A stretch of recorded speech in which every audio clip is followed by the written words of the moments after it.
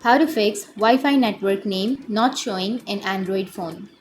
So if you want to fix the Wi-Fi network name not showing on Android phone, then what you need to do is first you need to go for your Wi-Fi, tap and hold on to your Wi-Fi, go for more Wi-Fi settings, and under that here you need to go for the saved networks. Tap on saved networks, and under saved network you need to go for your network which you're facing the problem. So you just need to go for the network, and you need to tap on cancel saving, and you need to remove that from your saved network. Once you remove that from your saved network, you can again go for add network, and then you can add the network. You can tap on add network and add the network again, and your problem will be fixed.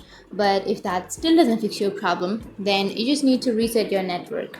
So simply open up your settings and go for the upper right which has that search, and search for reset. Once you've searched, go for reset all settings, and tap on reset all settings again, and then tap on reset settings which is on the bottom. Once you've tapped, now your problem will be fixed.